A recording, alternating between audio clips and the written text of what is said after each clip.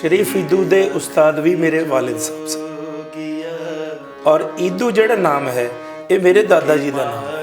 मार के पकड़ चमका ਜ਼ਰੂਰੀ ਨਹੀਂ ਹੈਗਾ ਵੀ ਤੁਹਾਨੂੰ ਜ਼ਮੀਨਾਂ ਪੈਸੇ ਹੀ ਜਾਇਦਾਦ ਵਿੱਚ ਮਿਲਣ, ਤੁਹਾਨੂੰ ਕਲਾ ਤੇ ਹੁਨਰ ਉਹ ਵੀ ਮਿਲ ਜਾਂਦਾ ਹੈ। ਦਿਲ ਵਿੱਚ ਦਰਦ ਉਹਦਾ ਉਹਦੀ ਮਿਹਰਬਾਨੀ, ਇਹ ਸੰਗੀਤ ਦੀ ਦਾਤ ਜਿੰਨੀ ਮੈਂ ਆਪਣੇ ਦਾਦਾ ਜੀ ਤੋਂ ਲਈ ਹੈ ਪ੍ਰੋਪਰਟੀ, ਸੰਗੀਤ ਦੀ ਪ੍ਰੋਪਰਟੀ, ਉਹ ਕਿਸੇ ਨੇ ਨਹੀਂ ਲਈ ਹੈ। ਮੇਰੀ ਦਾਦੀ ਨੇ ਕਹਿਣਾ ਹੁਣ ਤੁਸੀਂ ਆਪ ਹੀ ਗਾਈ ਜਾਓਗੇ, ਮੁੰਡੇ ਦਾ ਵੀ ਸੁਣ ਲੈਣ ਦਿਓ ਕੁਝ। ਵੇ ਰੱਬਾ ਸਾਡਾ ਮਾਹੀ ਮੇਲ ਦੇ ਮਨ ਮੈਥੋਂ ਨਹੀਂ ਓ ਮੰਨਦਾ, ਅੰਦਰ ਤੂੰ ਬਾਹਰ ਤੂੰ ਰੋਮ ਰੋਮ ਵਿੱਚ ਤੂੰ, ਕਹੇ ਹੁਸੈਨ ਫਕੀਰ ਨਿਮਾਣਾ ਮੈਂ ਨਹੀਂ ਸਭ ਤੂੰ, ਅੱਲਾਹੁ ਤੂੰ ਬਕੈ। ਜਦੋਂ ਮਾਂ ਦੇ ਮੂਹਰੇ ਢੇਰੀ ਕਰੇ ਖੜਾਣਾ ਕਰਕੇ 11 ਰੁਪਏ, ਮਾਂ ਦਾ ਸਿਰ ਛਾਤੀ ਫੁੱਲ ਗਈ, ਮੇਰਾ ਪੁੱਤ ਸੋਹਣਿਆ ਕਰਮ ਕਮਾ ਦੇ ਤੇਰਾ ਕੀ ਜਾਂਦਾ, ਉਜੜੀ ਚੌਕ ਵਸਾ ਦੇ ਤੇਰਾ ਕੀ ਜਾਂਦਾ। ਇਹ ਤੁਸੀਂ ਸਿੱਖੋਗੇ ਨਹੀਂ ਨਾ ਤਾਂ ਕਿਸੇ ਨੂੰ ਸਿਖਾ ਵੀ ਨਹੀਂ ਪਾਓਗੇ, ਤੁਸੀਂ ਤੁਹਾਡੇ ਤੱਕ ਸੀਮਤ ਰਹਿ ਜਾਣਾ। ਕਸਮ ਖੁਦਾ ਦੀ ਮੈਨੂੰ ਪਿਆਰਾ ਲੱਗਣਾ ਵੇ ਤੂੰ ਨਾ ਕਰ ਜ਼ੋਰ ਤੇ ਗਾਣੇ, ਨੰਗੇ ਪਿੰਡੇ ਮੈਂ ਕੋ ਛਮਕਾ ਮਾਰੇ, ਮੇਰੇ ਰੋਂਦੇ ਨੇ ਨੈਣ ਨਿਵਾਣੇ, ਜਿਤਨੀਆਂ ਤਨ ਮੇਰੇ ਤੇ ਲੱਗੀਆਂ ਤੇਰੇ ਇੱਕ ਲੱਗੇ ਤਾਂ ਤੂੰ ਜਾਣੇ। ਵਿਜ਼ਨ ਪੰਜਾਬ ਟੀਵੀ ਦੇਖ ਰਹੇ ਸਾਰੇ ਦਰਸ਼ਕਾਂ ਨੂੰ ਕਰਨਵੀਰ ਸਿੰਘ ਵੱਲੋਂ ਪਿਆਰ ਭਰੀ ਸਤਿ ਸ਼੍ਰੀ ਅਕਾਲ। ਲੈ ਕੇ ਹਾਜ਼ਰ ਹਾਂ ਜੀ ਪ੍ਰੋਗਰਾਮ ਸਫ਼ਰੇ ਜ਼ਿੰਦਗੀ। ਜਦੋਂ ਜ਼ਿੰਦਗੀ ਦੇ ਸਫ਼ਰ ਦੀ ਗੱਲ ਕਰਦੇ ਹਾਂ ਤੇ ਵੱਖ-ਵੱਖ ਹਰ ਇਨਸਾਨ ਦੀ ਜ਼ਿੰਦਗੀ ਦੇ ਤਜਰਬੇ ਵੱਖ-ਵੱਖ ਹੁੰਦੇ ਨੇ ਤੇ ਇਸ ਸਫ਼ਰ ਦੀ ਵਾਟ ਦੁੱਖ ਤਕਲੀਫਾਂ ਵੱਖ-ਵੱਖ ਹੁੰਦੇ ਨੇ। ਮੰਜ਼ਿਲਾਂ ਹੁੰਦੀਆਂ ਨੇ, ਉਮੀਦ ਕੀਤੀ ਜਾਂਦੀ ਹੈ ਕਿ ਅਸੀਂ ਜਲਦ ਤੋਂ ਜਲਦ ਇਹਨਾਂ ਸਿਰ ਪਹੁੰਚ ਸਕੀਏ, ਪਰ ਆਪਣੀਆਂ ਮੰਜ਼ਿਲਾਂ ਤੱਕ ਪਹੁੰਚਣ ਦੇ ਲਈ ਸੰਘਰਸ਼ ਕਰਨਾ ਪੈਂਦਾ। ਇਨਸਾਨ ਦੀ ਜ਼ਿੰਦਗੀ ਦੇ ਵਿੱਚ ਹਰ ਦਿਨ ਹੀ ਸੰਘਰਸ਼ ਦਾ ਰੂਪ ਹੈ, ਪਰ ਸੰਘਰਸ਼ ਕਰਦੇ ਕਰਦੇ ਲੰਮੀਆਂ ਵਾਟਾਂ ਤੈਅ ਕਰਦੇ ਕਰਦੇ ਆਖਰ ਜਦੋਂ ਇਨਸਾਨ ਮੰਜ਼ਿਲ 'ਤੇ ਪਹੁੰਚ ਜਾਂਦਾ ਤਾਂ ਉਸ ਨੂੰ ਬੜੀ ਖੁਸ਼ੀ ਹੁੰਦੀ ਹੈ। ਸੋ ਸਾਡੀ ਕੋਸ਼ਿਸ਼ ਹੁੰਦੀ ਹੈ ਕਿ ਇਸ ਪ੍ਰੋਗਰਾਮ ਦੇ ਵਿੱਚ ਅਸੀਂ ਤੁਹਾਡੀ ਉਸ ਸ਼ਖਸੀਅਤ ਨਾਲ ਮੁਲਾਕਾਤ ਕਰਵਾ ਸਕੀਏ ਜਿਨ੍ਹਾਂ ਨੇ ਸੰਘਰਸ਼ ਵੀ ਕੀਤਾ ਤੇ ਮੰਜ਼ਿਲਾਂ ਨੂੰ ਵੀ ਪਾਇਆ। ਸੋ ਅੱਜ ਦੇ ਪ੍ਰੋਗਰਾਮ ਦੇ ਵਿੱਚ ਜਿਨ੍ਹਾਂ ਨਾਲ ਅਸੀਂ ਤੁਹਾਡੀ ਮੁਲਾਕਾਤ ਕਰਵਾਉਣੀ ਆ, ਉਹਨਾਂ ਨੇ ਗਾਇਕੀ ਦੇ ਖੇਤਰ ਵਿੱਚ, ਸੂਫੀ ਗਾਇਕੀ ਦੇ ਖੇਤਰ ਵਿੱਚ ਬੜਾ ਹੀ ਨਿਮਾਣਾ ਖੱਟਿਆ। ਸੋ ਮੈਂ ਗੱਲ ਕਰ ਰਿਹਾ ਜਨਾਬ ਨੀਲੇ ਖਾਂ ਜੀ ਦੀ। ਸੋ ਅੱਜ ਅਸੀਂ ਪ੍ਰੋਗਰਾਮ ਸਫ਼ਰੇ ਜ਼ਿੰਦਗੀ 'ਚ ਉਹਨਾਂ ਦੀ ਜ਼ਿੰਦਗੀ ਦੇ ਬਾਰੇ, ਸੰਗੀਤ ਦੇ ਬਾਰੇ ਗੱਲਬਾਤ ਕਰਾਂਗੇ। ਸਭ ਤੋਂ ਪਹਿਲਾਂ ਸਵਾਗਤ ਕਰ ਲੈਣਾ ਹੁੰਦਾ ਜਨਾਬ ਨੀਲੇ ਖਾਂ ਜੀ, ਬਹੁਤ ਬਹੁਤ ਸਵਾਗਤ ਕਰਦੇ ਹਾਂ ਪ੍ਰੋਗਰਾਮ ਸਫ਼ਰੇ ਜ਼ਿੰਦਗੀ ਵਿੱਚ ਤੇ ਪਿਆਰ ਭਰੀ ਸਤਿ ਸ਼੍ਰੀ ਅਕਾਲ। ਸਤਿ ਸ਼੍ਰੀ ਅਕਾਲ ਜੀ। ਤੇ ਜਿਵੇਂ ਜ਼ਿਕਰ ਕੀਤਾ ਵੀ ਤੁਹਾਡੀ ਜਿਹੜੀ ਜ਼ਿੰਦਗੀ ਹੈ ਉਹਦਾ ਸਫ਼ਰ ਸੂਫੀ ਗਾਇਕੀ ਦੇ ਨਾਲ ਜੁੜਿਆ ਹੋਇਆ ਜੀ। ਲੰਮਾ ਅਰਸੇ ਤੋਂ ਤੁਸੀਂ ਇਸ ਨਾਲ ਜੁੜੇ ਹੋਏ ਹੋ ਤੇ ਮੰਜ਼ਿਲਾਂ ਨੂੰ ਪਾ ਰਹੇ ਹੋ। ਤੇ ਗੱਲ ਜੇਕਰ ਗਾਇਕੀ ਦੀ ਕਰੀਏ ਤੇ ਸੂਫੀ ਗਾਇਕੀ ਦੀ ਖਾਸ ਤੌਰ 'ਤੇ ਕਰੀਏ ਤਾਂ ਮੇਰਾ ਪਹਿਲਾ ਸਵਾਲ ਤੁਹਾਡੇ ਇਸ ਜਨੂਨ ਦੇ ਨਾਲ ਆ, ਤੁਹਾਡੇ ਇਸ ਪ੍ਰੋਫੈਸ਼ਨ ਦੇ ਨਾਲ ਆ ਕਿ ਗਾਇਕੀ ਤੇ ਸੂਫੀ ਗਾਇਕੀ ਨੂੰ ਕਿਵੇਂ ਦੇਖਦੇ ਹੋ? ਤੇ ਨੀਲੇ ਖਾਂ ਤੋਂ ਜਨਾਬ ਨੀਲੇ ਖਾਂ, ਸੂਫੀ ਗਾਇਕ ਨੀਲੇ ਖਾਂ ਦਾ ਸਫ਼ਰ ਉਹ ਵੀ ਆਪਾਂ ਗੱਲਬਾਤ ਕਰਾਂਗੇ। ਪਹਿਲਾਂ ਸਾਨੂੰ ਦੱਸੋ ਵੀ ਸੂਫੀ ਗਾਇਕੀ ਦੇ ਨਾਲ ਤੁਹਾਡਾ ਕੀ ਮਤਲਬ ਤੁਸੀਂ ਕੱਢਦੇ ਹੋ? ਸੂਫੀ ਗਾਇਕੀ ਔਰ ਗਾਇਕੀ ਗਾਇਕੀ ਹੀ ਹੁੰਦੀ ਹੈ, ਚਾਹੇ ਉਹ ਕਲਾਸੀਕਲ ਹੋਵੇ, ਚਾਹੇ ਉਹ ਸੈਮੀ ਕਲਾਸੀਕਲ ਹੋਵੇ, ਚਾਹੇ ਉਹ ਫੋਕ ਗੀਤ ਹੋਣ।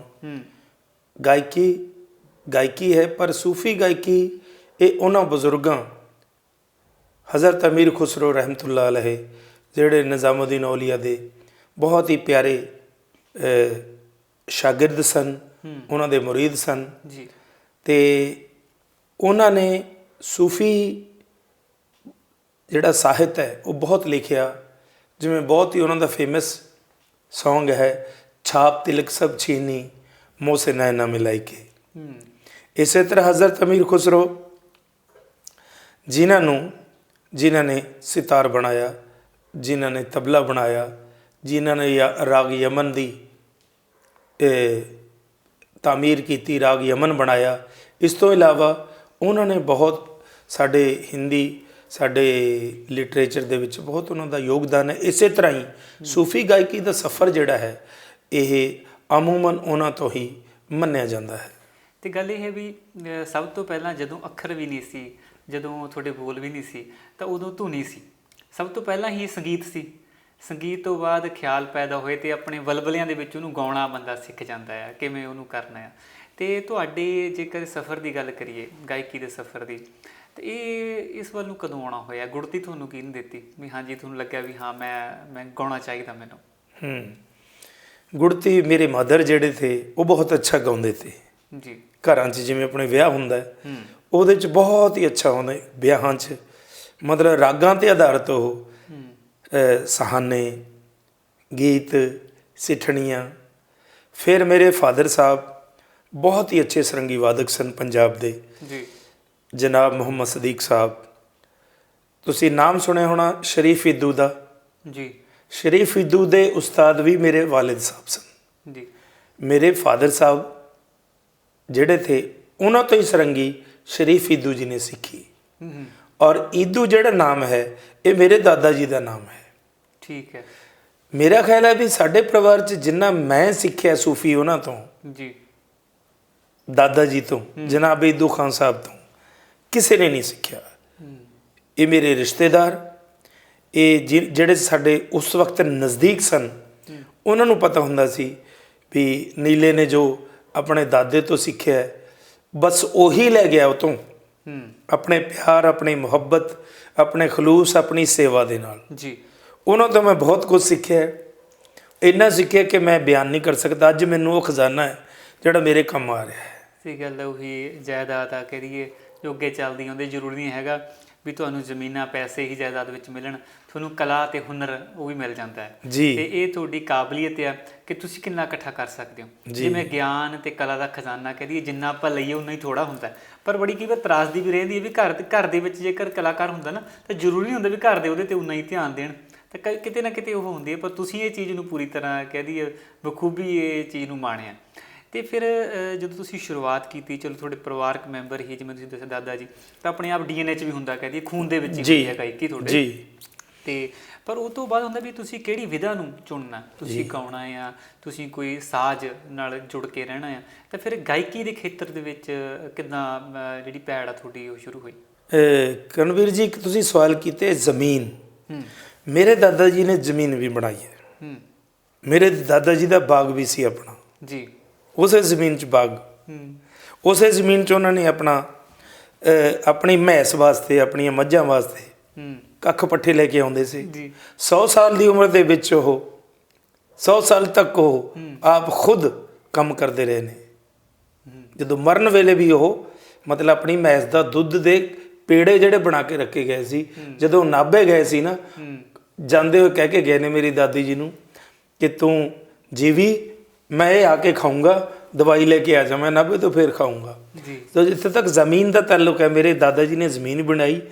ਭਲੇ ਹੀ ਉਹ ਥੋੜੀ ਸੀ, ਭਲੇ ਹੀ ਉਹ 2 ਕਿੱਲੇ ਸੀ, ਲੇਕਿਨ ਉਹਨਾਂ ਨੇ ਜ਼ਮੀਨ ਬਣਾਈ। ਪਰ ਗੱਲ ਇਹ ਹੈ ਨਾ ਵੀ ਜੇ ਗਾਂ ਪੁੱਤ 2 ਹੋਣ ਫਿਰ ਜ਼ਮੀਨ ਤਾਂ ਵੰਡੀ ਜਾ ਸਕਦੀ ਆ, ਪਰ ਜੇਕਰ ਤੁਹਾਡੇ 'ਚ ਹੁਨਰ ਆ, ਕਲਾ ਆ, ਉਹ ਤਾਂ ਤੁਹਾਡੇ ਤੇ ਆ, ਉਹ ਨਹੀਂ ਨਾ ਵੰਡਿਆ ਜਾ ਸਕਦਾ। ਜੇ ਫਾਦਰ ਸਾਹਿਬ ਤੁਹਾਨੂੰ ਸਿਖਾਉਂਦੇ ਨੇ ਤਾਂ ਦੋਹਾਂ ਦੇ ਬਰਾਬਰ ਉਨੇ ਹਿੱਸੇ ਆਉਂਦੀ ਆ। ਇਹ ਤੁਹਾਡੀ ਕਹਦੀਏ ਅੰਦਰ ਜਿਹੜੀ ਪ੍ਰਮਾਤਮਾ ਨੇ ਖੂਬੀ ਪਾਈ ਉਹਦੇ ਤੇ ਆ ਕਿੰਨਾ ਕਰਨਾ। ਜੇ 2 ਕਿੱਲੇ ਨੇ ਗਾਂ 2 ਪੁੱਤ ਹੁੰਦੇ ਨੇ, ਕਿੱਲਾ ਵੰਡਿਆ ਜਾਊਗਾ, ਵੰਡੀ ਜਾਂਦੀ ਹੈ, ਪਰ ਕਲਾ ਨਹੀਂ ਵੰਡੀ ਜਾਂਦੀ। ਕਲਾ ਨਹੀਂ ਵੰਡੀ। ਬਟ ਇੱਥੇ ਤੁਹਾਡੇ ਹੀ ਜੋ ਤੁਸੀਂ ਕਹਿ ਰਹੇ ਹੋ, ਮੈਨੂੰ ਬੜਾ ਫਖਰ ਹੈ, ਮੈਨੂੰ ਬੜਾ ਸਕੂਨ ਮਿਲਦਾ ਹੈ, ਮੈਨੂੰ ਬੜੀ ਅੰਦਰ ਮਤਲਬ ਸ਼ਾਂਤੀ ਮਿਲਦੀ ਹੈ। ਤੁਸੀਂ ਜਿਹੜਾ ਕੁਐਸਚਨ ਕੀਤਾ ਹੈ ਕਿ ਇਹ ਵਿਧਾ, ਇਹ ਸੰਗੀਤ ਦੀ ਦਾਤ ਜਿੰਨੀ ਮੈਂ ਆਪਣੇ ਦਾਦਾ ਜੀ ਤੋਂ ਲਈ ਹੈ, ਪ੍ਰਾਪਰਟੀ, ਸੰਗੀਤ ਦੀ ਪ੍ਰਾਪਰਟੀ, ਉਹ ਕਿਸੇ ਨੇ ਨਹੀਂ ਲਈ ਹੈਗੀ।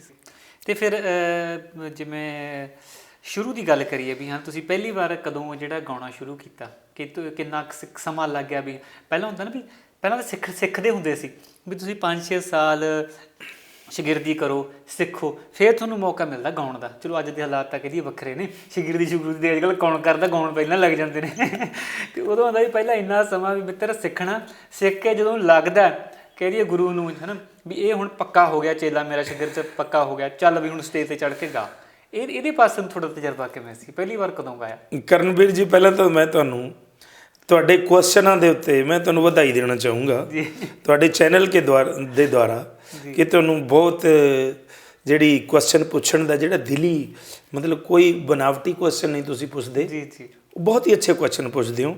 ਮੈਂ ਇਸ ਚੀਜ਼ ਤੇ ਮੈਨੂੰ ਬੜਾ ਬਹੁਤ ਅੱਛਾ ਲੱਗਦਾ ਹੈ। ਹਾਂ ਜੀ ਜੀ। ਦੂਸਰੀ ਗੱਲ, ਮੇਰੇ ਦਾਦਾ ਜੀ ਬਹੁਤ ਅੱਛੇ ਰਾਤ ਨੂੰ ਉਹਨਾਂ ਨੇ ਕੀ ਕਰਨਾ, ਸੌਂਗ ਗਾਉਣਾ ਰਾਤ ਨੂੰ ਜੀ। ਇੱਕ ਰਾਗ ਹੈ ਉਹਨਾਂ ਨੇ ਗਾਉਣਾ ਸ਼ਾਮ ਦੇ ਵੇਲੇ, ਰਾਗ ਬਿਹਾਗ।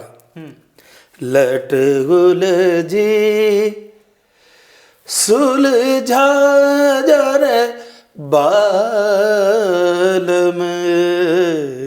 ਲਟ ਗੁਲ ਜੀ ਸੁਲਝਾ ਜਰ ਬਾਲਮ। ਜਦੋਂ ਮੈਂ ਇਹ ਗਾਉਣਾ, ਲੱਤਾਂ ਘੁੱਟ ਰਿਹਾ ਸੀ, ਉਹ ਗਾਉਂਦੇ ਹੁੰਦੇ ਸੀ। ਮੇਰੀ ਦਾਦੀ ਨੇ ਕਹਿਣਾ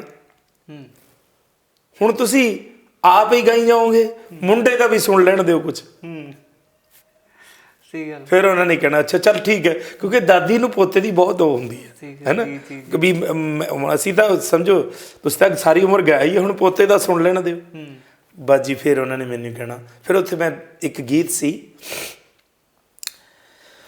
ਰੇਸ਼ਮਾ ਜੀ ਦਾ, ਸਾਡੇ ਬਹੁਤ ਮੇਰੀ ਮਤਲਬ ਫੇਵਰੇਟ ਸਿੰਗਰ ਰਹੀ ਹੈ ਰੇਸ਼ਮਾ ਜੀ। ਵੇ ਰੱਬਾ ਸਾਡਾ ਮਾਹੀ ਮੇਲ ਦੇ ਮਨ ਮੈਥੋਂ ਨਹੀਂ ਮੰਨਦਾ। ਇਸ ਤਰ੍ਹਾਂ ਦੁਬਾਰਾ ਹੋ ਜਾਓ ਜੀ, ਬਹੁਤ ਸੋਹਣਾ, ਅੱਗੇ ਮਾੜੇ ਦੋ ਲਾਈਨਾਂ ਹੋਰ ਨਾਲ ਲਾਓ। ਸੌਰੀ ਜੀ। ਵੇ ਰੱਬਾ ਸਾਡਾ ਮਾਹੀ ਮੇਲ ਦੇ ਮਨ ਮੈਥੋਂ ਨਹੀਂ ਮੰਨਦਾ।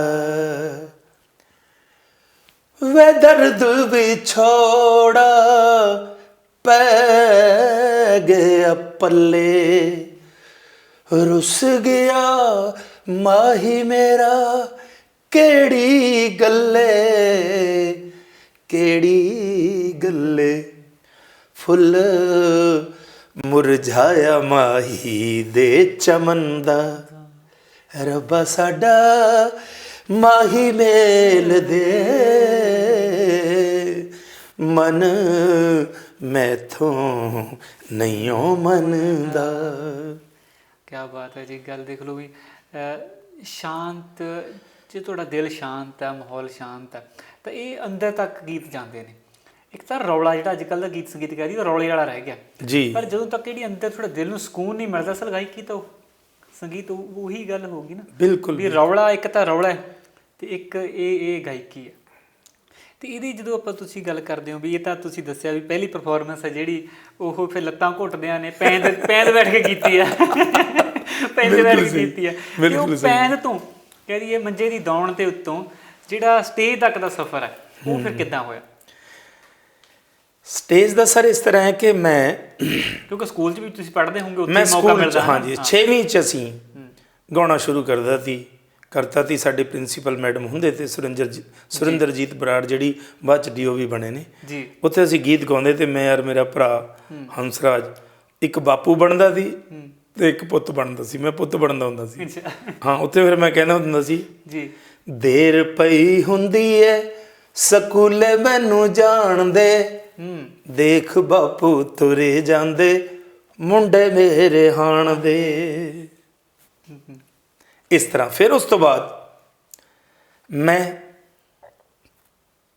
PTI ਦਾ ਕੋਰਸ ਵੀ ਕੀਤਾ, ਮੈਂ ਸੰਗੀਤ ਵਿਸ਼ਾਰਦ ਵੀ ਕੀਤੀ। ਉਸ ਤੋਂ ਜੋ ਮੇਰੀ ਸਭ ਤੋਂ ਪਹਿਲੀ ਸਟੇਜ ਸੀ ਉਹ ਸਡੌਰਾ ਸ਼ਰੀਫ ਦੇ ਵਿੱਚ ਹੋਈ ਹੈ। ਸਡੌਰਾ ਡਿਸਟ੍ਰਿਕਟ ਯਮੁਨਾਨਗਰ 'ਚ, ਅੱਜ ਕੱਲ੍ਹ ਪਹਿਲਾਂ ਅੰਬਾਲੇ 'ਚ ਹੁੰਦਾ ਸੀ। ਉੱਥੇ ਅਸੀਂ ਪੱਗਾਂ ਬੰਨ੍ਹ ਕੇ ਗਏ ਸੀ। ਕੀ ਬੰਨ੍ਹ ਕੇ ਗਏ ਸੀ? ਪੱਗਾਂ ਬੰਨ੍ਹ ਕੇ ਅਸੀਂ ਗਏ। ਮੈਂ ਗੁਰੂ ਨਾਨਕ ਸਕੂਲ 'ਚ ਪੜ੍ਹਾਉਂਦਾ ਹੁੰਦਾ ਸੀ ਉਦੋਂ ਜੀ, ਕੁਰੂਕਸ਼ੇਤਰ। ਉੱਥੋਂ ਆ ਕੇ ਅਸੀਂ ਜਦੋਂ ਅਸੀਂ ਗਾ ਰਹੇ ਹਾਂ, ਔਰ ਗਾਇਆ ਵੀ ਕਿਹੜਾ ਗਾਣਾ, ਅੱਲਾਹੂ ਤੂੰ ਬਕੈਂਦਾ ਏ, ਅੱਲਾਹੂ ਤੂੰ ਬਕੈਂਦਾ ਏ, ਹੋ ਅੱਲਾਹੂ ਤੂੰ ਬਕੈਂਦਾ ਏ, ਹੋ ਅੱਲਾ ਤੂੰ ਅੱਲਾਹੂ ਤੂੰ ਬਕੈਂਦਾ ਏ।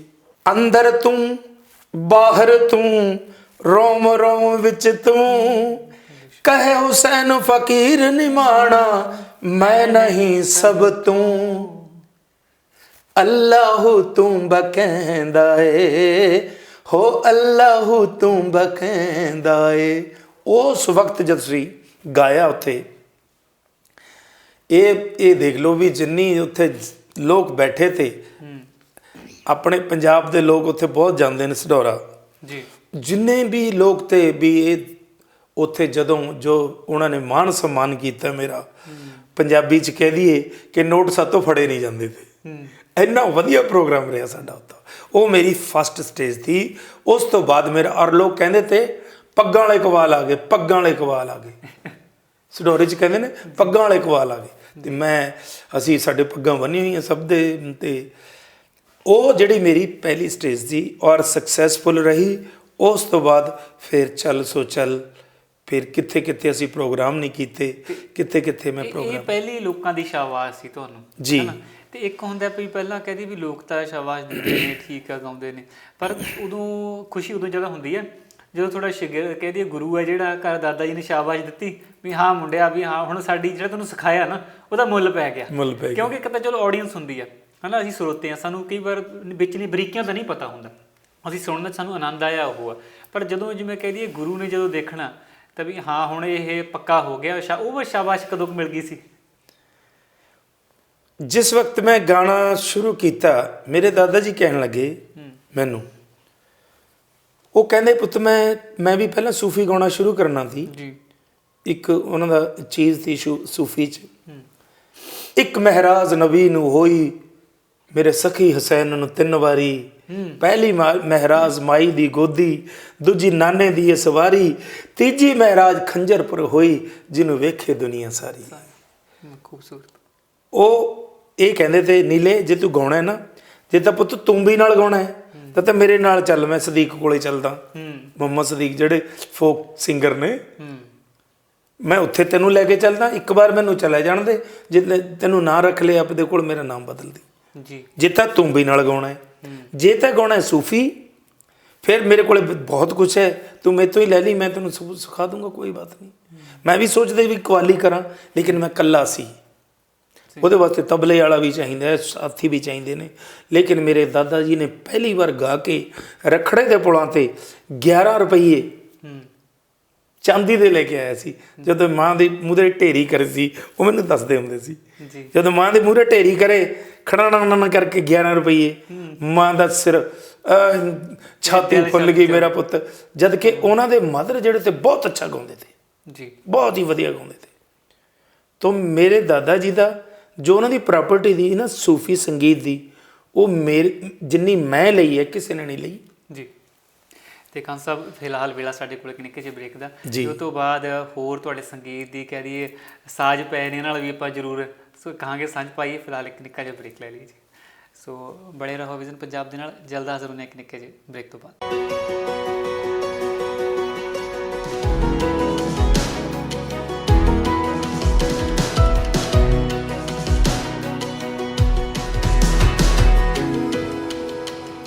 ਬ੍ਰੇਕ ਤੋਂ ਬਾਅਦ ਮੁੜ ਤੋਂ ਸਵਾਗਤ ਹੈ ਜੀ। ਗੱਲਬਾਤ ਕਰ ਰਹੇ ਸੀਗੇ ਜਨਾਬ ਨੀਲੇ ਖਾਨ ਜੀ ਨਾਲ।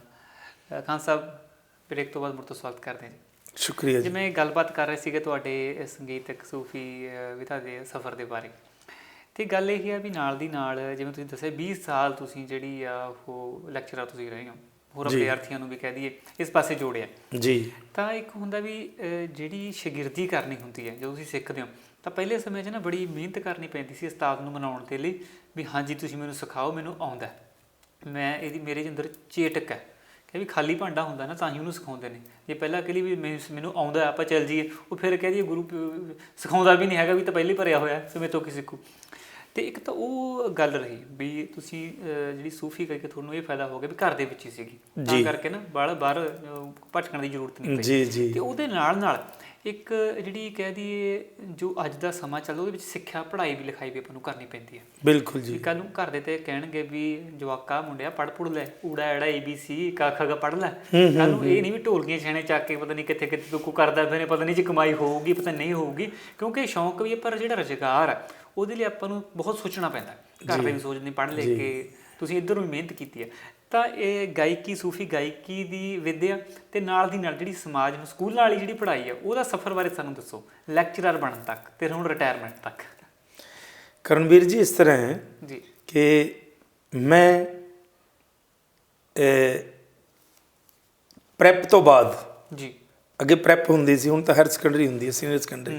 ਪ੍ਰੈਪ ਤੋਂ ਬਾਅਦ ਰਿਪਦਮਨ ਕਾਲਜ ਨਾਭੇ ਤੋਂ ਮੈਂ ਗ੍ਰੈਜੂਏਸ਼ਨ ਕੀਤੀ ਹੈ ਜੀ, ਗਿਆਨੀ ਕੀਤੀ ਮੈਂ, ਔਰ CPEd PTI ਦਾ ਕੋਰਸ ਕੀਤਾ, ਸੰਗੀਤ ਵਿਸ਼ਾਰਦ ਕੀਤੀ ਮੈਂ ਜੀ ਪ੍ਰਾਚੀਨ ਕਲਾ ਕੇਂਦਰ ਤੋਂ, ਜੀ ਅਤੇ MA music Punjab university Chandigarh ਤੋਂ ਕੀਤੀ ਹੈ। ਅਤੇ ਇਹ ਤਾਂ ਮੇਰਾ ਹੈਗਾ ਐਜੂਕੇਸ਼ਨ ਦਾ ਜੋ ਸਫ਼ਰ ਹੈ। ਇਹ ਚਲੋ ਆਪਾਂ ਨਾਲ ਦੀ ਨਾਲ ਹੁਣ ਕਹਿ ਦਈਏ ਤੁਸੀਂ ਇੰਸਟਰੂਮੈਂਟ ਰੱਖੇ ਹੋਏ ਨੇ ਆਪਣੇ ਸਾਜ਼, ਅਤੇ ਮੈਂ ਕਹੂੰਗਾ ਵੀ ਇੰਨਾ ਤੁਸੀਂ ਮਿਹਨਤ ਕੀਤੀ ਹੈ ਅਤੇ ਇੱਥੇ ਤੱਕ ਪਹੁੰਚੇ ਹੋ, ਅਤੇ ਸਫ਼ਰ ਦੇ ਵਿੱਚ ਤੁਹਾਡੀਆਂ ਕੋਈ ਯਾਦਾਂ ਵੀ ਹੁੰਦੀਆਂ ਨੇ ਨਾ ਤਾਂ ਜੀ ਜੀ ਜੀ ਤਾਂ ਉਹ ਸਾਡੇ ਨਾਲ ਜ਼ਰੂਰ ਕੁਝ ਆਪਣੇ ਸਾਂਝ ਪਾਓ ਸੁਰ ਦੀ, ਕੋਈ ਸਾਨੂੰ ਸੁਣਾਓ ਕੁਛ ਮਾੜਾ ਜਿਹਾ।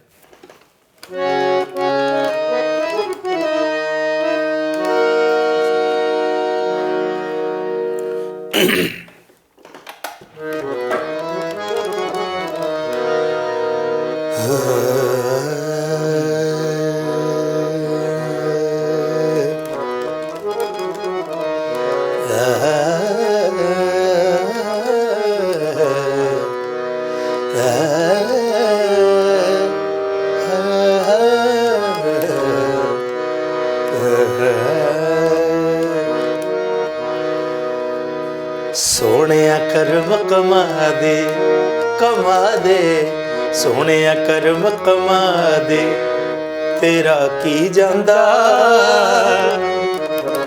ਸੋਹਣਿਆ ਕਰਮ ਕਮਾ ਦੇ, ਤੇਰਾ ਕੀ ਜਾਂਦਾ। ਉਜੜੀ ਚੌਕ ਵਸਾ ਦੇ, ਤੇਰਾ ਕੀ ਜਾਂਦਾ। ਸੋਹਣਿਆ ਕਰਮ ਕਮਾ ਦੇ, ਤੇਰਾ ਕੀ ਜਾਂਦਾ। ਉਜੜੀ ਚੌਕ ਵਸਾ ਦੇ, ਤੇਰਾ ਕੀ ਜਾਂਦਾ। ਜਿਹੜੇ ਵੇਖਣਾ ਚਾਹੁੰਦੇ, ਜਿਹੜੇ ਵੇਖਣਾ ਚਾਹੁੰਦੇ ਆਕਾ ਉਹਨਾਂ ਨੂੰ, ਜਿਹੜੇ ਵੇਖਣਾ ਚਾਹੁੰਦੇ ਆਕਾ ਉਹਨਾਂ ਨੂੰ, ਜਿਹੜੇ ਵੇਖਣਾ ਚਾਹੁੰਦੇ ਆਕਾ ਉਹਨਾਂ ਨੂੰ।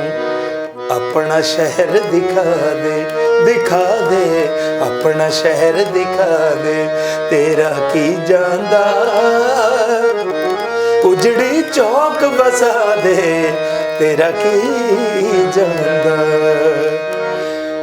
ਮਾਹੀ ਦਿਆਂ ਨਾਜ਼ਾਂ ਤੋਂ ਮੈਂ ਲੱਖ ਵਾਰ ਵਾਰੀਆਂ, ਅੱਲਾ ਜਾਣੇ ਸੋਹਣੇ ਨੂੰ ਮੈਂ ਚੰਗੀਆਂ ਕਿ ਮਾੜੀਆਂ। ਮਾਹੀ ਦਿਆਂ ਨਾਜ਼ਾਂ ਤੋਂ ਮੈਂ ਲੱਖ ਵਾਰ ਵਾਰੀਆਂ, ਅੱਲਾ ਜਾਣੇ ਸੋਹਣੇ ਨੂੰ ਮੈਂ ਚੰਗੀਆਂ ਕਿ ਮਾੜੀਆਂ। ਦਿਲ ਵਿੱਚ ਦਰਦ ਉਹਦਾ, ਉਹਦੀ ਮਿਹਰਬਾਨੀ ਹੈ। ਦਿਲ ਵਿੱਚ ਦਰਦ ਉਹਦਾ, ਉਹਦੀ ਮਿਹਰਬਾਨੀ ਹੈ। ਅੱਖਾਂ ਵਿੱਚ ਅੱਥਰੂ ਵੀ ਉਸੇ ਦੀ ਨਿਸ਼ਾਨੀ ਹੈ। ਅੱਖਾਂ ਵਿੱਚ ਅੱਥਰੂ ਵੀ ਉਸੇ ਦੀ ਨਿਸ਼ਾਨੀ ਹੈ। ਦੱਸੋ ਹਾਰ ਨੀ ਸਈਓ ਡਾਡੀ, ਦੱਸੋ ਹਾਰ ਨੀ ਸਈਓ ਡਾਡੀ। ਦਰਦਾਂ ਦੀ ਮਾਰੀਆਂ, ਅੱਲਾ ਜਾਣੇ ਸੋਹਣੇ ਨੂੰ ਮੈਂ ਚੰਗੀਆਂ ਕਿ ਮਾੜੀਆਂ। ਅੱਲਾ ਜਾਣੇ ਸੋਹਣੇ ਨੂੰ ਮੈਂ ਚੰਗੀਆਂ ਕਿ ਮਾੜੀਆਂ। Thank you. ਜਦੋਂ ਆਪਾਂ ਗਾਉਂਦੇ ਆ ਨਾ ਤਾਂ ਕਈ ਵਾਰ ਹੁੰਦਾ ਜਦੋਂ ਸਟੇਜ ਤੇ ਪਰਫਾਰਮੈਂਸ ਕਰਨੀ ਹੁੰਦੀ ਸਭ ਤੋਂ ਪਹਿਲਾਂ ਪਸੰਦ ਤੁਹਾਡੀ ਹੁੰਦੀ ਹੈ ਜੀ ਵੀ ਆਪਾਂ ਕੀ ਗਾਉਣਾ ਜੀ। ਕੀ ਫਿਰ ਉਹ ਤੋਂ ਬਾਅਦ ਕਹਿ ਦਈਏ ਫਿਰ ਜਿਹੜੇ ਸਾਹਮਣੇ ਬੈਠੇ ਦਰਸ਼ਕ ਨੇ ਉਹਨਾਂ ਦੀ ਫਰਮਾਇਸ਼ਾਂ ਵੀ ਕਬੂਲ ਕਰਨੀਆਂ ਪੈਂਦੀਆਂ ਨੇ ਜੀ। ਤੇ ਜੇਕਰ ਤੁਸੀਂ ਸਭ ਤੋਂ ਵੱਧ ਕਿਹਨਾਂ ਨੂੰ ਗਾਇਆ ਉਹਦਾ ਜ਼ਿਕਰ ਆਪਾਂ ਕਰੀਏ ਨਾ ਲਈਏ ਤਾਂ ਤੁਸੀਂ ਦੱਸਿਆ ਸੀ ਵੀ ਜਿਵੇਂ ਗੁਲਾਮ ਫਰੀਦ ਚਾਚਣਾ ਵਾਲੇ ਉਹਨਾਂ ਬਾਰੇ ਵੀ ਤੁਸੀਂ ਦੱਸ ਰਹੇ ਸੀਗੇ, ਉਹਨਾਂ ਬਾਰੇ ਵੀ ਗਾਇਆ, ਉਹਨਾਂ ਦਾ ਵੀ ਲਿਖਿਆ ਹੈ ਗਾਇਆ ਤੁਸੀਂ। ਇਹ ਤੋਂ ਬਾਅਦ ਗੁਲਾਮ ਫਰੀਦ ਸੁਲਤਾਨ ਬਾਹੂ ਜੀ ਹੋ ਗਏ, ਉਹਨਾਂ ਬਾਰੇ ਵੀ ਗਾਇਆ। ਤੇ ਤੁਹਾਨੂੰ ਜੋ ਪਸੰਦ ਹੈ ਇੱਕ ਤਾਂ ਹੁਣ ਤੁਸੀਂ ਹੁਣੇ ਸਾਂਝ ਪਾਈ, ਇਹ ਤੋਂ ਬਿਨਾਂ ਗੁਲਾਮ ਫਰੀਦ ਚਾਂਚੜ ਜੀ ਨੇ ਚਾਚੜਾਂ ਵਾਲੇ ਹਾਂਜੀ ਉਹਨਾਂ ਦਾ ਲਿਖਿਆ ਵੀ ਸਾਡੇ ਨਾਲ ਜ਼ਰੂਰ ਤੁਸੀਂ ਜੀ ਜ਼ਰੂਰ ਸਾਂਝ ਪਾਓ ਜੀ। ਤੇ ਉਹਨਾਂ ਬਾਰੇ ਦੱਸ ਦਿਓ ਪਹਿਲਾਂ ਸਾਨੂੰ। ਕਰਨਵੀਰ ਜੀ, ਇਸ ਤਰ੍ਹਾਂ ਹੈ, ਮੈਂ ਤਕਰੀਬਨ ਸਾਰੇ ਜਿਹੜੇ ਸੂਫੀ ਸੰਤ ਨੇ, ਸੂਫੀ ਬਜ਼ੁਰਗ ਨੇ, ਉਹਨਾਂ ਦੀ ਚੀਜ਼ਾਂ ਗਾਈਆਂ ਨੇ ਜੀ। ਜਿਵੇਂ ਬਬੁੱਲੇ ਸ਼ਾਹ ਹੁਸੈਨ ਸਾਹਿਬ, ਅੱਛਾ ਜੀ, ਫਿਰ ਸੁਲਤਾਨ ਬਾਹੂ ਸਾਹਿਬ, ਫਿਰ ਹਾਸ਼ਮ ਦਾ ਇੱਕ ਡਿਊਡ ਛੰਦ ਹੈ, ਅਗਰ ਉਹ ਆਦਮੀ ਸੁਣ ਲਵੇ ਨਾ ਉਹ ਕਮਾਲ ਦਾ ਡਿਊਡ ਹੈ। ਉਹ ਡਿਊਡ ਸਾਨੂੰ ਸੁਣਾਓਗੇ ਫਿਰ ਉਹ? ਹਾਂ ਬਿਲਕੁਲ ਸੁਣਾਵਾਂਗੇ। ਹਾਂਜੀ ਹਾਂ ਹਾਂਜੀ। ਮੈਂ ਤੁਹਾਨੂੰ ਪਹਿਲਾਂ ਡਿਊਡ ਛੰਦ ਸੁਣਾਉਣਾ, ਫਿਰ ਖਾਜਾ ਗੁਲਾਮ ਫਰੀਦ ਚਾਚੜਾਂ ਵਾਲਿਆਂ ਦਾ ਇੱਕ ਛੋਟਾ ਜਿਹਾ ਕਲਾਮ ਤੁਹਾਨੂੰ ਸੁਣਾਉਂਗਾ। ਜੀ ਜੀ ਅੱਛਾ।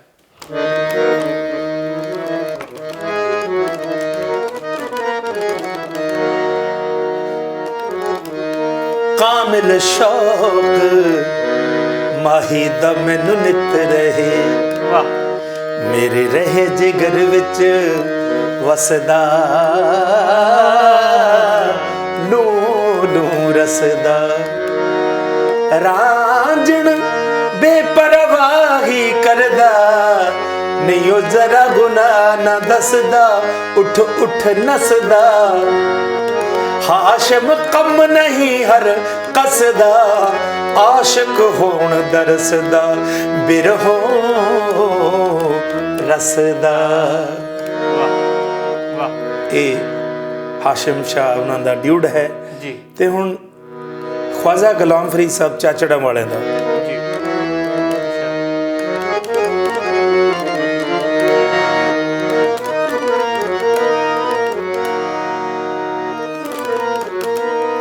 ਕਸਮ ਖੁਦਾ ਦੀ ਮੈਨੂੰ ਪਿਆਰਾ ਲੱਗਣਾ, ਵੇ ਤੂੰ ਨਾ ਕਰ ਜ਼ੋਰ ਤਿੰਗਾਣੇ, ਨੰਗੇ ਪਿੰਡੇ ਮੈਂ ਕੋ ਛਮਕਾਂ ਮਾਰੇ, ਮੇਰੇ ਰੋਂਦੇ ਨੇ ਨੈਣ ਨਿਵਾਣੇ, ਜਿਤਨੀਆਂ ਤਨ ਮੇਰੇ ਤੇ ਲੱਗੀਆਂ, ਤੇਰੇ ਇੱਕ ਲੱਗੇ ਤਾਂ ਤੂੰ ਜਾਣੇ, ਗੁਲਾਮ ਫਰੀਦਾ,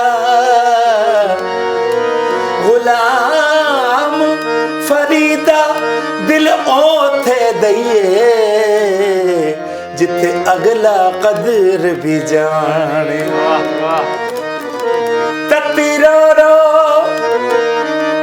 ਵਾਟ ਨਿਹਾਰਾਂ, ਤਤੀ ਰੋ ਰੋ ਵਾਟ ਨਿਹਾਰਾਂ, ਵੇ ਸਾਵਲ ਮੋੜ ਮੁਹਾਰਾਂ, ਵੇ ਸਾਵਲ ਮੋੜ ਮੁਹਾਰਾਂ, ਸਾਵਲ ਮੋੜ ਮੁਹਾਰਾਂ, ਮੋੜ ਮੁਹਾਰਾਂ ਤੇ ਆ ਘਰ ਬਾਰਾਂ, ਵੇ ਸਾਵਲ ਮੋੜ ਮੁਹਾਰਾਂ, ਜਿਸ धी दे मैं को साजन निखड़े, जिस धी दे मैं को साजन निखड़े, मेहंदी रंग दिखाए फिकड़े, होए सुर्खी दे रंग फिकड़े,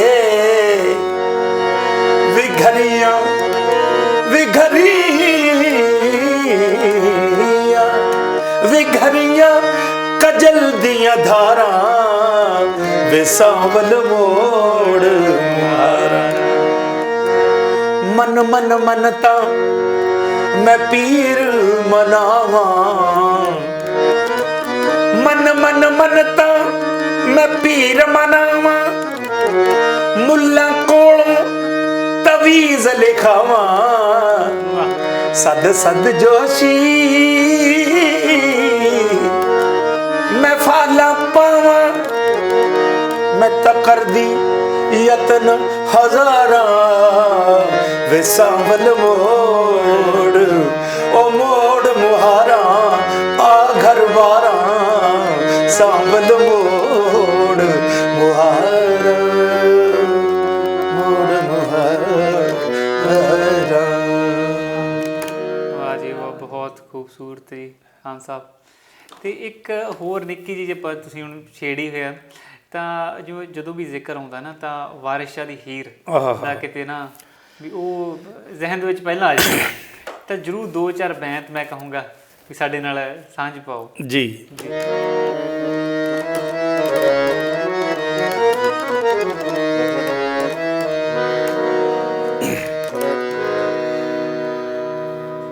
जिस वक्त हीर दा रांझा तख्त हजारे तो रंगपुर खेड़ी आ गया, रंगपुर खेड़ी आके हीर दा बाग हुंदा है और जिहड़ी हीर दी सेज हुंदी है उत्ते आके जदों पलंग देखदा है, पलंग ते आके आराम नाल सो जांदा है। हीर आउंदी है सहेलियां नाल आके देखिया जदा जन भी सुत्ता पिया उन्हां दी सहेलियां ने हीर दियां ने हीर नूं जाके दस्सिया, हीरे तेरी सेज ते तां कोई अजनबी सुत्ता पे। हीर भज्जी भज्जी आई, छमक चक्की और जदों मारन लगी रांझे दे, मीए रांझे दे मारन लगी तां उत्थे मियाँ वारिस शाह लिखते ने, हीर अख दी जोगिया कूके मार ही मार के पकड़ छमका। हाँ परी आदमी ते कहरवान होई, हाय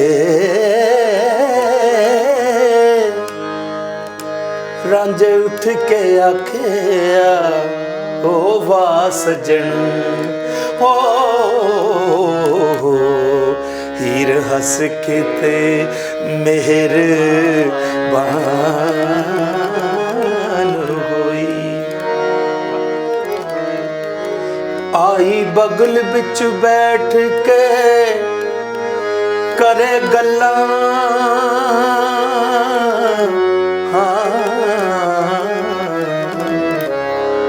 विच जिवें गिरबान किरपान होई। वारिस शाह ना थों दम मारने दी हो, चार चशम दी जदों कमसान होई। ਇਹਦੀ ਖਾਨ ਸਾਹਿਬ ਵੀ ਜਿੰਨਾ ਸੁਣੀ ਜਾਈਏ ਕਹਦੀ ਉਨਾ ਘੱਟ ਹੈ, ਤਾਂ ਭਾਵੇਂ ਮਹਿਫਲਾਂ ਲੰਬੀਆਂ ਨੇ। ਧੰਨਵਾਦ, ਮਿਹਰਬਾਨੀ। ਤੇ ਬਹੁਤ ਬਹੁਤ ਤੁਹਾਡਾ ਸ਼ੁਕਰੀਆ ਸਾਡੇ ਸਾਂਝ ਪਾਈ ਹੈ ਤੁਸੀਂ ਇਹਦੇ ਨਾਲ ਸਾਡਾ ਗਾ ਕੇ ਸੁਣਾਇਆ। ਤੇ ਜਿਵੇਂ ਕਹਿ ਦਈਏ ਇੱਕ ਸਿਲਸਿਲਾ ਚੱਲ ਚੱਲੀ ਜਾਂਦਾ, ਮਹਿਫਲਾਂ ਲੱਗਦੀਆਂ ਜਾਂਦੀਆਂ ਨੇ, ਕਾਫਲਾ ਵੱਧਦਾ ਜਾਂਦਾ। ਤੇ ਹੁਣ ਤੱਕ ਜੇਕਰ ਆਪਾਂ ਗੱਲ ਕਰੀਏ ਤਾਂ ਜੇ ਕਦੇ ਗਿਣਤੀ ਕੀਤੀ ਹੈ ਵੀ ਇੰਨੀਆਂ ਪਰਫੋਰਮੈਂਸ ਅਸੀਂ ਦੇ ਚੁੱਕੇ ਹਾਂ, ਇੰਨੀਆਂ ਸਟੇਜਾਂ ਤੁਸੀਂ ਲਾਈਆਂ, ਪੂਰੇ ਹਿੰਦੁਸਤਾਨ 'ਚ ਘੁੰਮੇ ਹੋ, ਕਦੇ ਹੁੰਦਾ ਵੀ ਕਿੰਨਾ ਕੁ ਸਫ਼ਰ ਲੰਬਾ ਸੀ? ਕਰਨਵੀਰ ਜੀ ਇਸ ਤਰ੍ਹਾਂ ਹੈ ਸਰ, ਮੈਂ ਹੁਣ ਇਹਦੀ ਗਿਣਤੀ ਨਹੀਂ ਕਰ ਸਕਦਾ, ਅਣਗਿਣਤ ਲਾਈਆਂ ਨੇ, ਮਤਲਬ ਇਹ ਕਹਿ ਲਈਏ ਜੇ ਵੈਸੇ ਗਿਣਤੀ ਕਦੋਂ ਤੱਕ ਕੀਤੀ ਜਦੋਂ ਨਵਾਂ ਲੱਗਦਾ, ਜੇ ਆਪਾਂ ਇਹ ਕਹਿ ਲਈਏ ਵੀ ਸਾਲ ਦੀ ਐਵਰੇਜ ਕੱਢ ਲਈ ਜਾਵੇ ਜੀ, ਠੀਕ ਹੈ ਨਾ ਜੀ, ਤਾਂ ਉਹ ਐਵਰੇਜ ਕੱਢਣੀ ਪਊ ਵੀ ਕਿੰਨੀਆਂ ਕੁ ਸੋਚ ਕੇ ਦੱਸਣੀ ਪੈਣਗੀ। ਇਸ ਤੋਂ ਇਲਾਵਾ ਮੈਂ ਪੂਰੇ ਇੰਡੀਆ 'ਚ ਤਕਰੀਬਨ ਗਾ ਚੁੱਕਿਆ ਔਰ ਇਸ ਤੋਂ ਬਾਹਰ ਇੰਡੀਆ ਤੋਂ ਬਾਹਰ ਵੀ Austria, Slovenia, Doha Qatar, Dubai, Singapore ਉੱਥੇ ਮੈਂ ਗਾ ਆਇਆ। ਔਰ ਇਸ ਤੋਂ ਇਲਾਵਾ ਇੱਥੇ ਵੱਡੀਆਂ ਜਿੰਨੀਆਂ ਸਟੇਜਸ ਨੇ ਉਹਨਾਂ 'ਤੇ ਮੈਂ ਗਾ ਚੁੱਕਿਆ। ਯੂਪੀ, ਮੱਧ ਪ੍ਰਦੇਸ਼, ਮਹਾਰਾਸ਼ਟਰ, ਉੜੀਸਾ, ਪੰਜਾਬ, ਹਰਿਆਣਾ, ਹਿਮਾਚਲ, ਜੰਮੂ ਕਸ਼ਮੀਰ। ਤੁਸੀਂ ਇਹ ਦੱਸੋ ਵੀ ਗਾਇਆ ਕਿੱਥੇ ਨਹੀਂ? ਗਾਇਆ ਗੱਲ ਇਹ ਹੈ ਨਾ, ਹੁਣ ਜੇ ਆਪਾਂ ਪੁੱਛੀ ਵੀ ਗਾਇਆ ਕਿੱਥੇ ਆ ਤਾਂ ਫਿਰ ਤਾਂ ਬਹੁਤ ਜਗ੍ਹਾ ਹੋ ਜਾਣੀ ਹੈ ਵੀ ਦੋ ਚਾਹੇ ਇੱਕ ਅੱਧੀ ਸ਼ਾਇਦ ਕੋਈ ਰਹਿ ਗਈ ਹੋਵੇ ਜਿੱਥੇ ਤੁਸੀਂ ਗਾਇਆ ਨਹੀਂ ਵੀ ਗਾਉਣਾ ਇੱਥੇ ਜੇ। ਕੈਨੇਡਾ ਨਹੀਂ ਗਾਇਆ ਹੈਗਾ। ਠੀਕ ਹੈ। ਤੇ ਉਹੀ ਗੱਲ ਹੈ ਨਾ ਵੀ ਐਡਾ ਲੰਬਾ ਕਾਹਨੂੰ ਕਰਨਾ, ਆਪਾਂ ਨਹੀਂ ਪੁੱਛ ਲਈ ਵੀ ਕਿੱਥੇ ਨਹੀਂ ਗਾਇਆ। ਕੈਨੇਡਾ ਨਹੀਂ ਗਾਇਆ। ਸਹੀ ਗੱਲ ਹੈ। ਤੇ ਆਪਾਂ ਆਪਣੀ ਗੱਲਬਾਤ ਨੂੰ ਸਮੇਟੀਏ ਕਿਉਂਕਿ ਸਮਾਂ ਆਪਣੇ ਕੋਲ ਹੋ ਗਿਆ। ਤੇ ਇੱਕ ਮੇਰਾ ਅੱਜ ਦੀ ਜਿਵੇਂ ਗਾਇਕੀ ਹੈ ਨਾ, ਹੁਣ ਦੌਰ ਬਦਲਦਾ ਜਾ ਰਿਹਾ, ਤੁਸੀਂ ਰਿਆਜ਼ ਵੀ ਕਰਾਉਂਦੇ ਹੋ, ਸਿਖਾਉਂਦੇ ਵੀ ਆਪ ਕਿੰਨਾ ਕੁਝ ਗਾਇਆ, ਤੇ ਜਿਹੜੀ ਅੱਜ ਦੀ ਗਾਇਕੀ ਆ ਉਹ ਇੱਦਾਂ ਉਹ 'ਚ ਨਾ ਵਿਗਾੜ ਕਿਉਂ ਪੈਦਾ ਹੋ ਗਿਆ? ਕਿ ਸਰੋਤੇ ਮੁੱਕ ਗਏ, ਗਾਉਣੇ ਵਾਲੇ ਨੂੰ ਕਿਉਂ ਨਹੀਂ ਗਾਇਕੀ ਦੀ ਸਮਝ ਆ ਰਹੀ? ਕਿਉਂਕਿ ਤੁਹਾਡੇ ਕੋਲ ਸ਼ਾਗਿਰਦ ਆਉਂਦੇ ਨੇ, ਤੁਹਾਨੂੰ ਪਤਾ ਲੱਗਦਾ ਹੋਊਗਾ, ਤਾਂ ਕਿੰਨਾ ਕੁ ਫਰਕ ਹੈ ਅੱਜ ਦੀ ਗਾਇਕੀ ਦੇ, ਕਿੰਨਾ ਕੁ ਦੂਰ ਨੌਜਵਾਨ ਆ ਜਿਹੜਾ ਉਹ ਚੱਲ ਗਿਆ ਇਸ ਤੋਂ? ਕਰਨਵੀਰ ਜੀ, ਬਾਤ ਇਹ ਹੈ ਕਿ ਜੇ ਇਹ ਤੁਸੀਂ ਕੁਐਸਚਨ ਜਿਹੜਾ ਕੀਤਾ ਨਾ ਜੀ, ਇਹ ਤੇ ਮੇਰਾ ਖਿਆਲ ਵੀ ਮੈਂ ਅੱਧਾ ਘੰਟਾ, ਪੌਣਾ ਘੰਟਾ, ਇੱਕ ਪੀਰੀਅਡ ਬੋਲ ਸਕਦਾ। ਜੀ ਜੀ ਜੀ। ਪਰ ਇੰਨਾ ਟਾਈਮ ਨਹੀਂ ਹੈਗਾ। ਆਪਣੇ ਆਪ 'ਚ ਇੱਕ ਵੱਖਰਾ ਟੌਪਿਕ ਹੈ। हाँ, ये बहुत, क्योंकि मेरे एक्सपीरियंस तो ये सारा क्रिएट होऊगा जी। सुर एक ऐसी चीज़ है, सुर ਨੂੰ ਅਸਰ ਦਿਖਾਉਣ ਵਾਸਤੇ ਇੱਕ ਟਾਈਮ ਚਾਹੀਦਾ ਹੈ। ਤੇ ਟਾਈਮ ਹੈ ਨਹੀਂ, ਮਤਲਬ ਉਹ ਟਾਈਮ ਹੈ ਕਿੱਥੇ ਅੱਜ ਕੱਲ੍ਹ ਦੇ ਕਲਾਕਾਰਾਂ ਕੋਲੇ? ਜੀ। 3 ਸੁਰਾਂ ਤੇ ਗਾਉਂਦੇ ਨੇ ਅਗਲੇ, ਮੈਕਸਿਮਮ 3 ਨੋਟਸ ਤੇ ਗਾਉਂਦੇ ਨੇ ਜੀ, 3 ਜਾਂ 4 ਤੇ। ਮੇਰੀ ਬੜੇ ਬੜੇ ਲੋਕਾਂ ਨਾਲ ਗੱਲ ਹੋਈ ਹੈ, ਸਰਦੂਲ ਸਾਹਿਬ ਨਾਲ ਵੀ ਮੇਰੀ ਗੱਲ ਹੋਈ ਹੈ। ਕਹਿੰਦੇ ਖਾਨ ਸਾਹਿਬ ਤੁਸੀਂ ਜਿੰਨਾ ਮਰਜ਼ੀ ਗਾਈ ਜਾਓ ਨੀਲੇ ਕਾਂ ਜੀ, ਠੀਕ ਹੈ ਨਾ, ਜਦ ਤੱਕ 3-4 ਸੁਰਾਂ ਤੇ ਨਹੀਂ ਨਾ ਗਾਉਂਦੇ ਤੁਹਾਡਾ ਨਾਮ ਨਹੀਂ ਹੋਣਾ ਹੈਗਾ, ਵੀ ਬਾਕੀ ਛੱਡ ਦੋ, 3 ਦੀ ਆ ਜਾਓ। ਮੈਂ ਕਿਹਾ ਜੀ ਇਹ ਕੀ ਗੱਲ? ਕਹਿੰਦਾ ਲੋਕ ਚਾਹੁੰਦੇ ਹੀ ਇਹ ਨੇ। ਉਹ ਕਹਿਣ ਲੱਗੇ ਸਰਦੂਲ ਸਾਹਿਬ ਕਿ ਲੋਕ ਚਾਹੁੰਦੇ ਹੀ ਇਹ ਨੇ। ਕਿਹੜੇ ਸੁਰ 3 ਨੇ ਜੀ? ਉਹ ਕੋਈ ਵੀ ਸਾਰੇ ਗਾਵਾਂ ਤੱਕ ਮਾਂ ਤੱਕ ਜਾਂਦੇ ਨੇ ਬਸ। ਅੱਛਾ। ਹਾਂ, ਫਿਰ ਉਹਨਾਂ 'ਚ ਹੀ ਮਤਲਬ ਸਾਰਾ ਕੁਝ ਹੋ ਜਾਂਦਾ। ਮਤਲਬ ਹੁਣ ਮੈਂ ਉਹ ਗਾ ਕੇ ਨਹੀਂ ਸੁਣਾਉਣੇ ਵੀ ਜਿਹੜੇ ਗੀਤ ਨੇ, I can sing also like ਮਤਲਬ ਥੀਸ ਸੌਂਗਸ। ਜੀ ਜੀ। I can sing, there is no problem, ਮੇਰੇ ਵਾਸਤੇ ਕੋਈ ਪ੍ਰੋਬਲਮ ਨਹੀਂ ਉਹ ਗਾਣੇ। ਤੇ ਫਿਰ ਅੱਜ ਦੇ ਗਾਇਕਾਂ ਨੂੰ ਸੁਨੇਹਾ ਨਿਕਲ ਸੁਨੇਹਾ ਇਸ ਤਰ੍ਹਾਂ ਹੈ, ਅੱਜ ਕੱਲ੍ਹ ਕੀ ਕਰਦੇ ਨੇ, ਜਿੰਨੇ ਸਟੂਡੈਂਟਸ ਆਉਂਦੇ ਨੇ ਉਹ ਆਉਂਦੇ ਨੇ ਆ ਕੇ ਫਟਾਫਟ ਸਿੱਖਦੇ ਨੇ 1 ਜਾਂ 2 ਜਾਂ 3 ਮਹੀਨੇ। ਉਸ ਤੋਂ ਬਾਅਦ ਅੱਜ ਇੰਨੀ ਅਵੇਲੇਬਿਲਿਟੀ ਹੋ ਗਈ ਹੋਮ ਸਟੂਡੀਓ ਦੀ, ਫਟਾਫਟ ਉੱਤੇ ਰਿਕਾਰਡ ਕਰ ਦਿੰਦੇ ਨੇ, ਠੀਕ ਹੈ ਨਾ ਜੀ, ਉਹਨੂੰ YouTube ਤੇ ਪਾ ਦਿੰਦੇ ਨੇ। ਤੇ ਉਹ ਜੇ ਤਾਂ ਲੋਕਾਂ ਨੂੰ ਠੀਕ ਠਾਕ ਹੋ ਗਿਆ ਤੇ ਉਹ ਬੱਲੇ ਬੱਲੇ ਬੱਲੇ ਬੱਲੇ ਹੋ ਜਾਂਦੀ ਹੈ। ਅੱਛਾ, ਬਾਕੀ ਪਰ ਉਸ ਤੋਂ ਬਾਅਦ ਬੈਰੰਗ ਰਹਿੰਦੇ ਨੇ ਉਹ, ਬੈਰੰਗ। ਅੱਜ ਮੈਂ ਇਹ ਸਭ ਨੂੰ ਜਿੰਨੇ ਵੀ ਸਟੂਡੈਂਟਸ ਨੇ ਉਹਨਾਂ ਨੂੰ ਇਹ ਦੱਸਣਾ ਚਾਹਾਂਗਾ ਕਿ ਜੇ ਤੁਸੀਂ ਸਿੱਖੋਗੇ, ਸਿੱਖ ਕੇ ਗਾਓਗੇ ਤਾਂ ਹੀ ਕਿਸੇ ਨੂੰ ਸਿਖਾ ਪਾਓਗੇ ਜੀ। ਜੇ ਤੁਸੀਂ ਸਿੱਖੋਗੇ ਨਹੀਂ ਨਾ ਤਾਂ ਕਿਸੇ ਨੂੰ ਸਿਖਾ ਵੀ ਨਹੀਂ ਪਾਓਗੇ, ਤੁਸੀਂ ਤੁਹਾਡੇ ਤੱਕ ਸੀਮਤ ਰਹਿ ਜਾਣਾ। ਜੇ ਇੱਕ ਟੀਚਰ, ਜੇ ਸਟੂਡੈਂਟ ਨੂੰ ਟੀਚਰ ਕੋਲੇ ਜਾਣ ਵਾਸਤੇ, ਜੇ ਟੀਚਰ ਕੋਲੇ ਜਾਊਗਾ ਤਾਂ ਹੀ ਉਹ ਅੱਗੇ ਟੀਚਰ ਬਣ ਪਾਊਗਾ, ਸਹੀ ਗੱਲ, ਨਹੀਂ ਤਾਂ ਉਹ ਟੀਚਰ ਨਹੀਂ ਬਣ ਸਕਦਾ ਹੈਗਾ।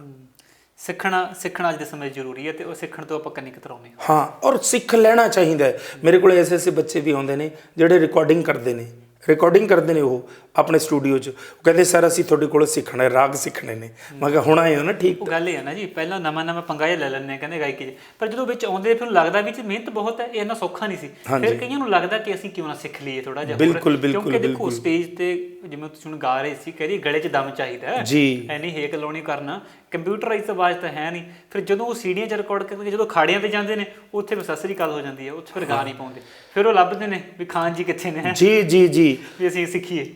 ਹੰਸਰਾਜ ਹੰਸ ਜੀ ਨੇ ਮੇਰਾ ਪ੍ਰੋਗਰਾਮ ਕਰਵਾਇਆ ਜੀ, ਆਪਣੇ ਨਕੋਦਰ ਮੇਰਾ ਪ੍ਰੋਗਰਾਮ ਕਰਵਾਇਆ। ਕਿੱਥੇ ਸੁਣ ਕੇ? ਮੇਰੇ ਦੋਸਤ ਗੁਲਾਮ ਪਟੇਲ ਦੇ ਘਰੇ ਗੁਜਰਾਤ 'ਚ ਸੁਣ ਕੇ, ਮੇਰੀ ਵੀਡੀਓ ਸੁਣ ਕੇ।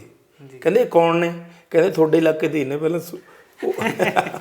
ਕਹਿੰਦੇ ਨੀਲੇ ਖਾਂ ਹੈ ਜੀ। ਕਹਿੰਦੇ ਅੱਛਾ। ਫਿਰ ਉਹਨਾਂ ਨੇ ਮੈਨੂੰ ਉੱਥੇ ਬੁਲਾਇਆ, ਉੱਥੇ ਬੁਲਾ ਕੇ ਮੇਰੀ ਬਹੁਤ ਉਹਨਾਂ ਨੇ ਇੱਜ਼ਤ ਕੀਤੀ, ਬਹੁਤ ਹੀ, ਮੈਂ ਤੁਹਾਨੂੰ ਦੱਸਾਂ। ਔਰ ਠੀਕ ਠਾਕ ਉਹਨਾਂ ਨੇ ਮੈਨੂੰ ਟਰੀਟ ਕੀਤਾ। ਔਰ ਉੱਥੇ ਪਤਾ ਕੀ ਹੈ, ਜਿੰਨੇ ਕਲਾਕਾਰ ਬੈਠੇ ਸੀ ਉਹਨਾਂ ਨੂੰ ਪਤਾ ਕੀ ਕਹਿੰਦੇ ਹੁੰਦੇ ਨੇ, ਇਹ ਪ੍ਰੋਫੈਸਰ ਨੀਲੇ ਖਾਨ ਸਾਹਿਬ ਨੇ, ਇਹਨਾਂ ਨੂੰ ਗ੍ਰਾਮਰ ਵੀ ਆਉਂਦੀ ਹੈ ਗਾਉਣ ਦੀ, ਤੇ ਗਾਉਂਦੇ ਵੀ ਨੇ, ਨਾਲ ਗ੍ਰਾਮਰ ਵੀ ਆਉਂਦੀ ਹੈ ਇਹਨਾਂ ਨੂੰ। ਬਹੁਤ ਵੱਡੀ ਗੱਲ ਇਹ ਸਰ ਬਹੁਤ ਵੱਡੀ ਗੱਲ ਮੈਨੂੰ ਉਹਨਾਂ ਦੀ ਲੱਗੀ। ਹਾਂ, ਤੇ ਮੈਨੂੰ ਮਤਲਬ ਅੱਜ ਦੇ ਸਟੂਡੈਂਟਸ ਨੂੰ ਫਿਰ ਮੈਂ ਕਹੂੰਗਾ, ਉਹ ਬੱਚਿਓ ਅਗਰ ਸਿੱਖ ਜਾਓਗੇ ਨਾ ਤੇ ਇੰਨਾ ਮਿੱਠਾ ਸ਼ਹਿਦ, ਤੁਹਾਨੂੰ ਸ਼ਹਿਦ ਵਰਗੀ ਮਿੱਠੀ ਹਰ ਚੀਜ਼ ਮਿਲੂਗੀ, ਉਹਦੇ 'ਚ ਸਾਰਾ ਹੀ ਕੁਛ ਆ ਗਿਆ। ਉਹ ਕਹਿ ਰਹੀ ਹੈ ਜੀ ਸਮਾਂ ਆ ਗਿਆ ਅੱਜ ਕੱਲ੍ਹ ਤਾਂ ਹੁਣ ਕੋਈ ਸ਼ਹਿਦ ਖਾ ਕੇ ਰਾਜੀ ਨਹੀਂ, ਤੇ ਅੱਧਿਆਂ ਦਾ ਲੋਕ ਡਾਕਟਰਾਂ ਨੇ ਮਿੱਠਾ ਬੰਦ ਕਰਤਾ। ਮਿੱਠਾ ਬੰਦ ਕਰਤਾ, ਬਿਲਕੁਲ ਖਾਨ ਸਾਹਿਬ ਬਿਲਕੁਲ। ਬਹੁਤ ਬਹੁਤ ਤੁਹਾਡਾ ਸ਼ੁਕਰੀਆ ਸਮਾਂ ਦੇਣ ਦੇ ਲਈ ਤੇ ਸਾਰੀ ਸਾਡੇ ਨਾਲ ਮਹਿਫਲ ਸਜਾਉਣ ਦੇ ਲਈ ਬਹੁਤ ਬਹੁਤ ਧੰਨਵਾਦ ਜੀ। ਸ਼ੁਕਰੀਆ ਸਰ, ਮਿਹਰਬਾਨੀ, ਥੈਂਕ ਮਿਹਰਬਾਨੀ। ਸੋ ਇਸ ਨੂੰ ਸਾਡੇ ਨਾਲ ਜਨਾਬ ਨੀਲੇ ਖਾਨ ਜੀ ਕਾਫੀ ਰੰਗ ਬੰਨਿਆ ਗੱਲਾਂ ਬਾਤਾਂ ਕੀਤੀਆਂ ਕਿ ਜੋ ਗਾਇਕੀ ਹੈ, ਸੂਫੀ ਗਾਇਕੀ ਹੈ, ਭਾਵੇਂ ਹੋਰ ਜਿਹੜੀ ਆਮ ਗਾਉਂਦੇ ਨੇ, ਤਾਂ ਇਹ ਕੋਈ ਖਾਲਾ ਜੀ ਦਾ ਬੜਾ ਨਹੀਂ, ਕੋਈ ਸੌਖਾ ਹੀ ਨਹੀਂ। ਸਿਰਫ YouTube ਉੱਤੇ ਜਾਂ ਸਟੂਡੀਓ 'ਚ ਰਿਕਾਰਡਿੰਗਾਂ ਕਰਾ ਕੇ ਕੋਈ ਗਾਇਕ ਨਹੀਂ ਬਣ ਜਾਂਦਾ। ਉਹਦੇ ਲਈ ਆਪਣੇ ਗਲੇ ਦੇ ਵਿੱਚ ਦਮ ਹੋਣਾ ਚਾਹੀਦਾ, ਅਤੇ ਸਭ ਤੋਂ ਵੱਡੀ ਗੱਲ ਸਿੱਖਣਾ ਚਾਹੀਦਾ। ਸਿੱਖੇ ਤੋਂ ਬਿਨਾਂ ਇਹ ਸੰਗੀਤ ਦਾ ਪਾਰ ਪਾਉਣਾ ਸੌਖਾ ਨਹੀਂ, ਕਿਉਂਕਿ ਕੰਨਾਂ ਦੇ ਲਈ ਰੌਲਾ ਕੁਝ ਸਮੇਂ ਲਈ ਤਾਂ ਚੰਗਾ ਹੋ ਸਕਦਾ, ਪਰ ਉਹੀ ਸੰਗੀਤ, ਉਹੀ ਆਵਾਜ਼, ਉਹੀ ਰਾਗ ਤੁਹਾਡੇ ਦਿਲ ਤੱਕ ਪਹੁੰਚ ਸਕਦਾ ਜਿਹੜਾ ਦਿਲੋਂ ਸਿੱਖਿਆ ਗਿਆ ਹੋਵੇ। ਸੋ ਉਮੀਦ ਕਰਦੇ ਹਾਂ ਤੁਸੀਂ ਪੂਰੀ ਗੱਲਬਾਤ ਦਾ ਆਨੰਦ ਮਾਣਿਆ ਹੋਊਗਾ। ਇਸੇ ਤਰ੍ਹਾਂ ਇੱਕ ਨਵੇਂ ਪ੍ਰੋਗਰਾਮ ਦੇ ਵਿੱਚ ਫਿਰ ਤੋਂ ਮੁਲਾਕਾਤ ਹੋਊਗੀ। ਜਦ ਤੱਕ ਮੈਨੂੰ ਕਰਨਵੀਰ ਸਿੰਘ ਨੂੰ ਦੀ ਇਜਾਜ਼ਤ। ਤੁਸੀਂ ਬਣੇ ਰਹੋ ਵਿਜ਼ਨ ਪੰਜਾਬ ਦੇ ਨਾਲ, ਹਰ ਕਦਮ ਤੁਹਾਡੇ ਨਾਲ। ਸਤਿ ਸ਼੍ਰੀ ਅਕਾਲ। ਸਤਿ ਸ਼੍ਰੀ ਅਕਾਲ।